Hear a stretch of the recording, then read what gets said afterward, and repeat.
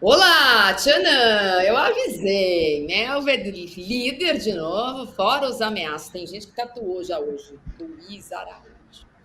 Tem isso e muito mais no fim de papo de hoje, sexta-feira, porque além da vitória do Flamengo, a gente vai falar do Palmeiras, da coletiva do Abel, que ele ganha, mas tem sempre uns recadinhos, dos outros jogos de ontem. Eu sei que tem um comentarista, o mesmo que tatuou o Luiz Araújo aqui, que tá louco para elogiar o Rogério Ceni e o Bahia. A gente vai falar desse começo arrasador da Alemanha na Eurocopa. Começou a Eurocopa, já falaram que é a Copa do Mundo sem Argentina e Brasil. E como é sexta, tem também essa sessão relax e aquela sessão papo furado, porque a CBF publicou um comunicado sobre ser a entidade, tipo um autoelogio, a mais plural, democrática, progressista, feminista, antirracista, anti-homofóbica. É tipo a Disneyland, é o lugar mais legal do mundo, diz o comunicado que é entidade. Eu tô rindo porque, né? Tendo compromisso, olá, tem compromisso com as melhores práticas de gestão. Sério. Tem que falar e fazer, né? Não pode só falar. CBF, CBF. Hoje comigo, meu companheiro Renato Maurício Prado, Miri Lacombe, Casão. Teremos também daqui a pouco o Éder Traschini, que vai falar dos bastidores e de sim uma cartilha, as recomendações para que essa delegação, que não tem o ausente presente, seja vista com olhos melhores pela torcida brasileira. Boa tarde a todos. A gente vai falar, começar pelo Campeonato Brasileiro e é por isso que a nossa enquete fala dos jogos do final de semana. Tem alguns que no papel são jogaços, mas que não prometem tudo isso. Deixa o seu voto. Boa tarde, Renato. Já tatuou Luiz Araújo? Não, boa tarde, Marília, Mili, Casão. Não, não, não, não. Tem que fazer muitas outras atuações como essas. Ontem, sem dúvida nenhuma, ele foi o homem do jogo, né? O nome da partida. Fez 2 gols. Na verdade, ele mudou a partida. A partida curiosa, né? Porque o Tite começa com o 4-4-2, que eu acho que é o esquema mais adequado a essa equipe do Flamengo, mas com todas as improvisações e coisa e tal, o Flamengo não estava jogando bem. Aí ele sofre mais duas contusões. O Flamengo já vinha com 5 desfalques de Copa América, 2 de contusões e mais 2 contusões. Pois bem, foram exatamente essas 2 contusões que acertaram o Flamengo, com a volta do Gerson para a posição de segundo volante e a entrada de Luiz Araújo para incendiar a partida. Acho que o Tite deve ter ido dormir ontem com um sorriso no lábio, porque afinal de contas não somente ganhou o primeiro entreposto da famosa travessia do deserto, como viu o Flamengo jogar no 4-3-3 com pontinhas e ganhar. Olha, Adenor ontem estava eufórico, mas ontem ele merece. O Flamengo realmente, a partir do momento da entrada do Luiz Araújo e da mudança de posição do Gerson, o Bruno Henrique entrou lá do outro lado, já que os contundidos foram o Everton Cebolinha e o Igor Jesus, o Flamengo se encontrou e conseguiu uma vitória importantíssima. Como a gente sempre combinou aqui, 1-0 é goleada. Ontem foi 2-1, é goleada também. Pois é, Mili, a gente falou ontem sobre 1-0. Parece que eu catequizei a galera. Até agora eu ando com citações. Ontem o Renato falou que 1-0 era goleada, olha aqui. Nesta travessia do deserto, 1-0 é goleada. Ontem foi 2-1 na continha, 1-0. Mas foi um Flamengo que respondeu aí à Copa América, aos desfalques, aos machucados. Dá para dizer que é o Flamengo o melhor time do Campeonato Brasileiro, lembrando em consideração que tem lá os asteriscos e tal. Então o Cruzeiro podia ter 16, não sei o que lá. Mas é o Flamengo o melhor time do campeonato até aqui? Então, Marília, eu vou responder já essa pergunta, mas eu quero começar me solidarizando com pessoas, homens e mulheres, que vivem de secar Palmeiras e Flamengo, como eu. Não tá fácil. Não tá fácil. Eu achei que ontem seria uma noite de glória, porque o Palmeiras não vinha bem, né? E o Flamengo a gente ia ver como se sairia tão desfalcado. Sabe o que mais me impressionou nessa vitória do Flamengo? O Grêmio jogou bem. O Grêmio fez uma excelente partida. O Grêmio, até as contusões do Flamengo, estava mandando no jogo, pressionando o Flamengo. O Flamengo estava acuado. Aí quis o destino que as contusões do Flamengo armassem o time para contra-atacar. Porque entraram 2 jogadores velozes, rápidos, e o time ficou na medida para contra-atacar. Lohan é um espetáculo, né? Lohan eu acho assim um espetáculo. Pedro, igualmente. Sei que a gente vai falar do Palmeiras depois, né? Mas queria fazer aqui essa ressalva ao Grêmio, porque o Grêmio fez uma boa partida e o gol do Grêmio, embora não tenha evitado a derrota, deixou o placar final mais condizente com o que a gente viu em campo. Porque, embora o Flamengo tenha sido melhor, esse Grêmio do Renato é cascudo, o Fluminense vai ter muita dificuldade para passar por esse time na Libertadores. Isso dito, eu vou responder a sua pergunta, e assim, não tem nem 5 minutos de programa e o Renato já vai ficar furioso comigo. Porque eu acho que o melhor time do campeonato até agora é o Botafogo. Eu acho que o Flamengo fez os 2, 3 últimos jogos bons. Mas, na média, eu ainda fico com o Botafogo. Mas eu não tenho por que ficar furioso com você, Miri, porque eu acho que o Botafogo é quem está jogando melhor futebol mesmo. Concordo com você. É mesmo. O Botafogo é um time que está com um padrão já definido, é um time que tem jogadores que estão rendendo muito bem, como o Luiz Henrique, Júnior Santos, enfim, não discordo de você, não. Mas o Flamengo está na frente da tabela. Verdade. Casão, desses jogos do final de semana, se fossem todos no mesmo horário, a nossa enquete diz qual que é o mais interessante. Vai dar para assistir todos, né? Nós mesmos assistimos sempre todos, mas se você tivesse que escolher um deles, eu queria que você falasse qual deles que você elegeria para assistir, por quê? E já desse o seu pitaco aí sobre a vitória do Flamengo, que manteve, né? O Flamengo, depois do final da rodada, na liderança do Campeonato Brasileiro. Olá, Marília, Mili, Renato. Em relação ao Flamengo, o Flamengo fez uma boa partida, mas eu acho que o Botafogo está jogando melhor também. Agora, eu queria destacar uma coisa sobre o jogador brasileiro, né? O Bruno Henrique pegou uma bola dentro da área, ele foi para cima, ele cortou, ele ia fazer o gol, ou ele ia ajeitar para alguém fazer o gol, ele ia finalizar.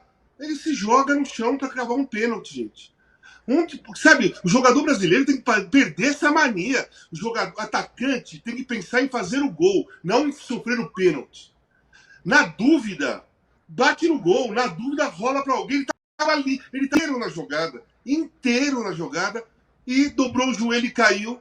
Quase o árbitro foi para grupo, né? Mas o VAR foi lá e mostrou a imagem. Cara, sabe, por isso que aí eu lembro assim, Romário, Ronaldo, sabe? O Careca, Reinaldo, Serginho Chulapa, enfim, 300 centroavantes, 300 atacantes naquela jogada ficariam de pé, porque ninguém tocou no cara, né? Porque esses caras ainda resistiam à chegada do zagueiro. Ficariam de pé e fazer o gol, porque é a coisa mais importante pro jogo e a coisa mais importante pro cara, fazer o gol. Enfim, esse é um detalhe, não por Bruno Henrique diretamente, mas porque os jogadores brasileiros têm essa mania mesmo de ficar cavando falta, cavando pênalti, cavando não sei o que lá. E hoje tem o VAR, gente. Aí faz papel de ridículo, né? Cara, hoje tem o VAR, gente. Não dá pra ficar cavando nada. Vai lá e faz o gol, pô. Cara, é a glória do jogador. Dos jogos, eu acho que o Botafogo é melhor. Já falei que o Botafogo tá jogando melhor? Acho que já falei, né? Dos jogos do final de semana, eu vou assistir Corinthians e São Paulo. Eu vou assistir Corinthians e São Paulo, porque, cara, eu ainda não tô acreditando o que o Corinthians está virando, dentro e fora de campo. Eu ainda não acredito que eu tô vendo, que vem acontecendo, que vem surgindo. Cara, gente, aquele lugar lá, sabe, não é pedir o impeachment do Augusto, é investigar do Ilho, Augusto e tudo mais, gente. Tem uma lista de coisas suspeitas da gestão anterior, fora agora laranja, lá. Essa é da atual, da anterior. Gente, nenhum dos dois ali trabalha para o clube. Os caras trabalham não sei para quem. Porque você diminuir a multa de um jogador seu, você vai vender por 50 milhões, aí você põe uma cláusula que muda para 4, você está trabalhando para quem? Cara, você está lesando o clube. Você está prejudicando o clube que você é presidente. Né? Fora aquele monte de garotada que foi vendido a preço de nada, né? E jogadores medianos que são contratados que ganham 2 milhões por mês, 1 milhão por mês, 800 mil por mês, e não tem história nenhuma para isso. Esses dois caras, principalmente o Duílio, porque esse está só 6 meses lá, mas o Duílio já teve começo, meio e fim, não trabalham para o Corinthians. Eles prejudicaram o Corinthians, estão prejudicando o Corinthians, estão aumentando a dívida, estão destruindo a história do clube, a história do time do Corinthians, Porque não é mais só o clube que está sendo lesado, né? Agora é o time. Porque enquanto ganha título, ninguém presta atenção nas coisas que estão acontecendo. Isso é em qualquer clube. Agora, faz 4 anos, vai fazer 4 anos, ou fez 4 anos que não ganha um título, e aí surgem todas essas coisas. Então tá na cara que tem que ter uma investigação de verdade, porque tem várias coisas suspeitas. E eu quero ver esse jogo exatamente para ver a dimensão, para ter a dimensão da influência negativa dos bastidores no time. Marília, deixa eu só não deixar de dar a minha opinião aqui em relação à história do pênalti. Para mim foi pênalti. Eu acho que todo mundo ficou procurando um encontro do pé com pé, e o encontro, na verdade, foi no joelho. O Kahneman bate no joelho o joelho do Kahneman bate no joelho do Bruno Henrique e derruba o Bruno Henrique, na minha opinião. Respeito todas as opiniões contrárias, vi, inclusive, que hoje a maioria acha que não foi. Mas eu vi o lance por todos os ângulos, e, para mim, há o choque de joelhos, e daí a queda do Bruno Henrique. Posso dar minha opinião nesse caso? Pode. Eu acho que não foi pênalti, mas deveria valer a primeira marcação. Porque, assim, depois que o VAR entra para analisar o lance, na hora que eu vi, eu falei, é pênalti. Eu teria feito a mesma coisa que o juiz fez, dado pênalti. Não, eu também. Na hora que o VAR entra, a gente vai ver qualquer coisa através do com tantos ângulos, com tantas velocidades, imagem congelada aqui, você vai ver o que você quiser, você vai colocar a sua verdade ali. O futebol, ele é o momento, ele é a sensação, ele não cabe parar e vamos analisar por todos os ângulos. A gente sabe que nem todos os ângulos são dados para o juiz, mas vamos analisar aqui essas dezenas de ângulos, essas dezenas de velocidades, congelar aqui. Não, gente, o futebol não é isso. Não é isso. A gente vai falar do VAR mais pra frente, né? Porque, de novo, tivemos aberrações na rodada. J-O, cedilha, Jossa, vendida para nós, para a categoria, uma catequese, um desserviço prestado pelo senhor Gaciba, ainda na frente da comissão de arbitragem, quando trouxe esse mecanismo para o futebol brasileiro, dizendo que ele sanaria todas as questões. Aqui não cabe nem a minha opinião pessoal sobre o que eu acho da incorporação de um vídeo para dirimir dúvidas que são subjetivas. Não é só entrou, não entrou, impedido, não impedido, como é em outros esportes, né? Coisas objetivas. Mas a gente tem uma tecnologia ruim, câmeras, não há equidade nenhuma, tem jogo com 700 câmeras, jogo com 7 câmeras, não é o uso do mesmo tipo de câmera em todos os jogos. E nesse caso específico, como diz a Mili, é muito mais fácil você ver o que o VAR quer que você veja do que exatamente a temperatura de dentro do campo. E aqui está a ocasião para dizer, mais do que ninguém, o que a temperatura do campo fala. Então, é uma jossa. A gente vai continuar no jogo do Flamengo, porque além da vitória, além da resposta dos jogadores que não estavam jogando, além das joias do Ninho que apareceram ontem de novo, o dedo do Tite para aquilo que ele mais gosta, houve a presença do torcedor, do segundo amor dele, né? Ele foi lá prestigiar o segundo amor dele, do Neymar no Maracanã. A narrativa, Renato, começa assim. Viu, eu também uso camisa de outro time e faz uma musculação com a camisa do Flamengo. Depois, viu, eu sou amigo do Gabigol. Depois, viu, eu estou no Maracanã. Né? Lembrando que o Gabigol, como já disseram aqui vários dos nossos colunistas, ele sofreu uma neymarização, né? E o Tite deveria amar, então, o Gabigol, porque na Copa do Mundo o Neymar não podia nem responder pergunta. E ontem o Neymar fez toda a via crucis do flamenguista, mas não foi beijar a mão do Tite, não. Pois é, Marília, você sabe que essa ida do Neymar ao Maracanã provocou a empolgação de muitos torcedores do Flamengo. Quem sabe um dia... Eu vou dizer uma coisa para vocês. Eu não quero o Neymar no Flamengo. Eu acho que o Neymar seria um desastre para o Flamengo. O Gabigol se perdeu na carreira no momento em que ele resolveu copiar todo o procedimento do Neymar dentro e fora de campo. O Gabigol virou, ou tentou virar, um superstar como o Neymar. E aí a carreira dele escorreu por entre os dedos do pé. Então, realmente, eu vou dizer uma coisa para você, eu não quero o Neymar no Flamengo. Primeiro porque eu acho que ele é um jogador já em franca decadência. Claro, vão dizer, mas com a qualidade técnica que ele tem, ele ainda ia sobrar aqui. Ia sobrar aqui até que ponto? Até que ponto ele viria para o Brasil de volta para jogar futebol mesmo? ou para aparecer em programas de auditório, para fazer TikTok, para fazer Instagram e outras coisas mais. Ele é um personagem, hoje em dia, quase que de quadrinhos. Quadrinhos, para quem não sabe, que é mais jovem, ainda que é muito mais jovem, eram revistas em quadrinhos que as pessoas liam. Né? Ele é um personagem desse, ele vive uma vida paralela. Se ele for para o Flamengo, ele vai levar essa vida paralela como exemplo para toda a garotada do Flamengo que estiver lá. A gente viu ontem quase todos os moleques do Flamengo, e alguns não tão moleques assim, fizeram questão de tirar foto com o Neymar. O Neymar é um ídolo dessa galera. Imagina o Neymar no Flamengo, ou no Santos, ou onde quer que seja.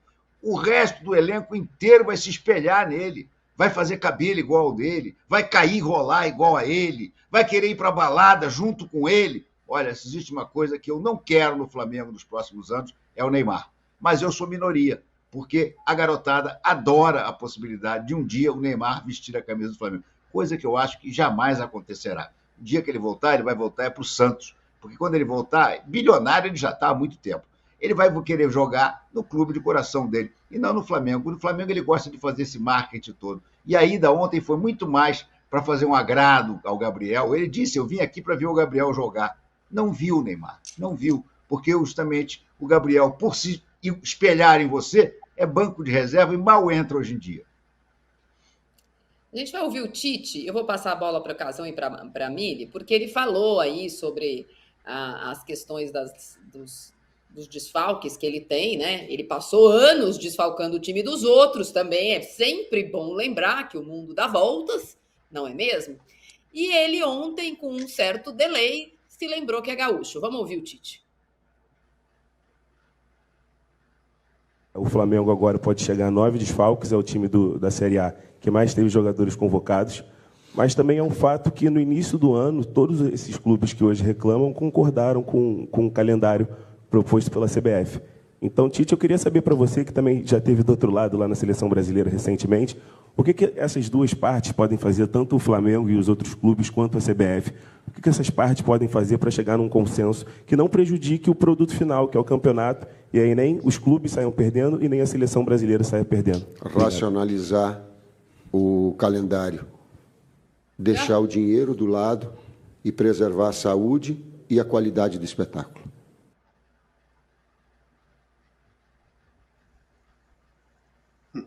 Isso chama-se demagogia. Antes tarde do que... Eu acho que, assim, na cartilha, a gente vai falar da cartilha da CBF daqui a pouco, Mili, mas ela deveria começar. Admitir que a Terra não é plana e que o movimento de translação da Terra dura 365 dias, para que o calendário caiba nele, né? Porque é a entidade terraplanista. Vamos no jogo, vamos colocando o campeonato. É difícil defender o Tite nessa daí. Vamos racionalizar. Ele não racionalizou muito, não, hein? Então, você sabe que eu lembro do Groucho Marx, que é um comediante estadunidense, que ele dizia o seguinte: esses são os meus princípios, mas se vocês não gostaram, eu tenho outros. É o que vale para o Tite nesse caso daí, né? Só queria falar um pouquinho do Neymar, porque assim, não faz 15 dias, o Neymar estava sugerindo que se colocasse o sapato na boca de uma mulher, numa alusão clara a silenciar uma mulher. A gente sabe como se silencia a mulher no Brasil, né? A gente sabe o final disso. Ontem, ele foi absolutamente paparicado. Tudo bem, a torcida, as crianças, é isso aí, gostam mesmo, mas sabe por quê? Porque não existe na imprensa uma maneira de você falar que é isso tudo, mas há 15 dias ele estava aí sugerindo violência contra a mulher. Porque na transmissão ontem, ele estava sendo paparicado. O querido Richarlison estava chamando ele de menino Ney, carinhosamente. Sempre que o Neymar comete alguma das frases, comete sempre essas besteiras que ele faz, não passa um dia, ele está sendo paparicado. Ele cria uma situação para ser paparicado. Então, eu acho que a desculpa foi: vim ver o Gabigol, mas quem ajudou ele ontem foi o Gabigol, porque ele estava ali para aparecer como o docinho de coco do Brasil, coisa que ele não é. Qual?